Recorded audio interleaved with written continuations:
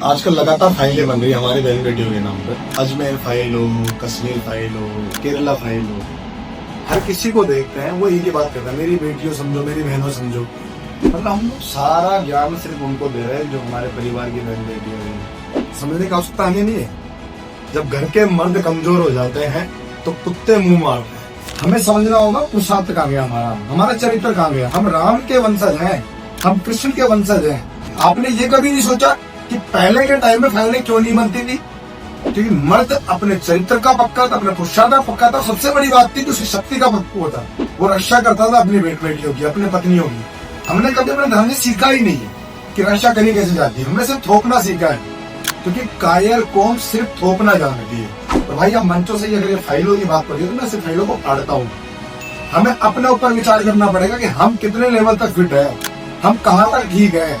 हमें अपनी बातों पे भी विचार करना पड़ेगा। और मैं कहता हूँ फाइलें बने तो हमारे ऊपर, हमारी नामर्दानगी पे बने, हमारे चरित्र पे बने।